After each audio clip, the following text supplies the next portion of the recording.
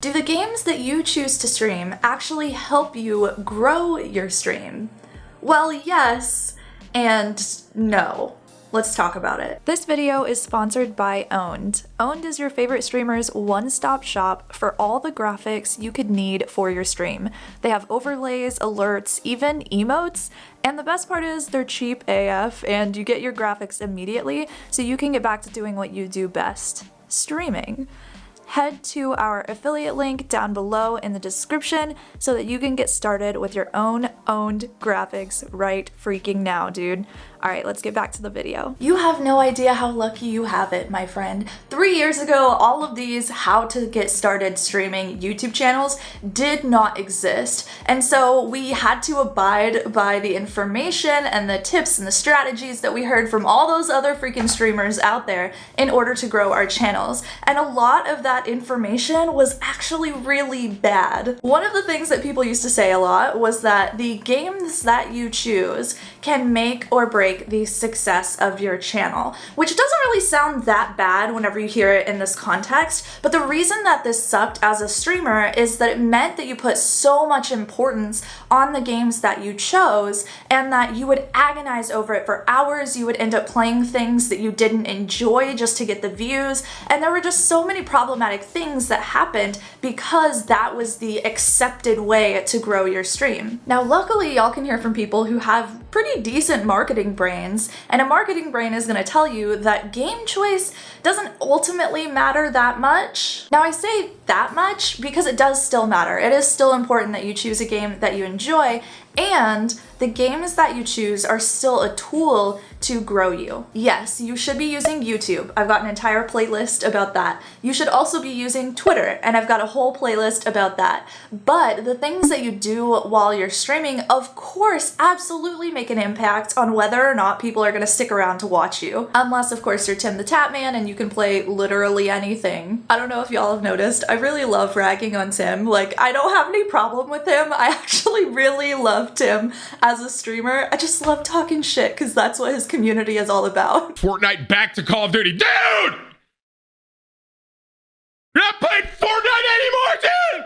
That game made you! Okay, so we know game choice isn't everything, but it's still a tool that we can use from time to time in order to grow our stream. And whenever you're a small streamer, you need all the freaking help you can get. You need to be using every single tool in your toolbox, baby. Otherwise, how are you gonna compete with literally millions of other people who are streaming too? So if we wanna use game choice as a tool to help us grow our stream, how do we freaking do that? What makes a good game versus a bad game for growth? Let's go over to my computer. Okay, so this is what we're gonna do every single time that we are looking for a new game to stream. Whether you are trying to choose a main game or if you are trying to be more variety and kind of hop around to different places, this is what you are going to do. So first, of course, you're gonna be on Twitch. You go over to Browse to look at the game directory. Then you're gonna make sure that it's sorted by viewers high to low and not on recommendations, because we wanna choose a game that we know that doesn't have too many viewers, but also doesn't have 0 viewers, right? We wanna find kind of the right middle ground of a game that we enjoy, but also a game that is going to expose us to the right number of people and not bury us underneath everybody or expose us to nobody. So we're going to sort by viewers high to low, and then we're gonna look at what shows up. So of course, if we go to just chatting, League of Legends, Counter-Strike, Fortnite, FIFA, Among Us, GTA 5, DBD, all of these, they're gonna be relatively difficult for you to get any traction in if you are a small streamer. Let's say you have like 3 average viewers and you decide you wanna play Dead by Daylight. Well, what's gonna happen then? You have to scroll down all the way to the bottom. Whoop, whoop, whoop, whoop. Okay, you get the point, right? I don't think I actually have to do the whole thing. But essentially, it's going to take someone a long, long time to scroll all the way down to be able to find you. And then they also have to choose to click on your stream versus everyone else's. So there's a reason that myself and everybody else always tells you that you need to have a YouTube channel and you need to have a Twitter and maybe an Instagram, and you need to be improving your discoverability on other platforms. Because if you're a small streamer, you can still stream Dead by Daylight, but you need to have a solution for discoverability. And if you are only using Twitch as your discoverability system, then it's going to be very difficult, almost next to impossible, for you to be able to be found, unless you are someone who is able to get themselves just in with the right people, and you are able to kind of like do the right things, meet new friends, play with people, network. That is a massively long journey that you probably don't want to go on. You probably want to see growth and success a little bit faster than that. And so that's why we end up recommending more discoverability platforms versus you just streaming. So, okay, we know we probably wouldn't choose Dead by Daylight if we are a super small creator. You can get away with it if you're someone who is relatively active in the community, because this is a very community-oriented game as well. A lot of these people hang out and know each other. And if you are someone who has, let's say, consistently, you probably have 50 to 100 viewers. People don't really have to scroll down a ton. You're probably getting hosted by your friends. You're probably getting a decent amount of people coming in just organically. But if you're someone who's super small, it's going to be way more competitive for you, because look at all these other people that you are kind of in the same wheelhouse with, right? So DBD might not be the best place for us to start off with. I also should have had a different tag on this. I should have had English on this too, because that would change it a little bit. Yeah, we go immediately from like from tons of people with thousands to 100 viewers in the second row. But let's try to find a better game that is going to work to grow us. Okay, so we feel like Dead by Daylight might be a little bit too big. We've got Call of Duty, Warfare, Minecraft, Dota, Valorant, Hearthstone, Little Hope, World of Warcraft, RuneScape, Apex Legends. Oh, there's something else you need to know about esports titles. So games like Apex, World of Warcraft, Dota 2, Minecraft, Valorant 2, Hearthstone, of course. A lot of these games, because they are professional games with people who will literally, like, their job is to play these games, the viewership on these, their jam is typically watching people who are really good. And so that's why it can be really difficult when you're more of a community-centric streamer to play something like Apex, World of Warcraft, Hearthstone, Valorant, Dota, not Minecraft, because Minecraft is not an esport. That would be sick though. Fortnite, those kinds of games, people just really want, they love watching the people who are really good. They love having access to pro players. And so that's why those people tend to get the most viewership, and it can be really hard for smaller streamers. Okay, let's look at Phasmophobia. This is something that a lot of people are interested in playing right now. It is the spooky season, and this is a really fun game to watch because you get to watch people kind of be scared, and it also can be a collaborative game, so you can stream it with other streamers as well. So in the top two rows, we go from 850 viewers down to 125.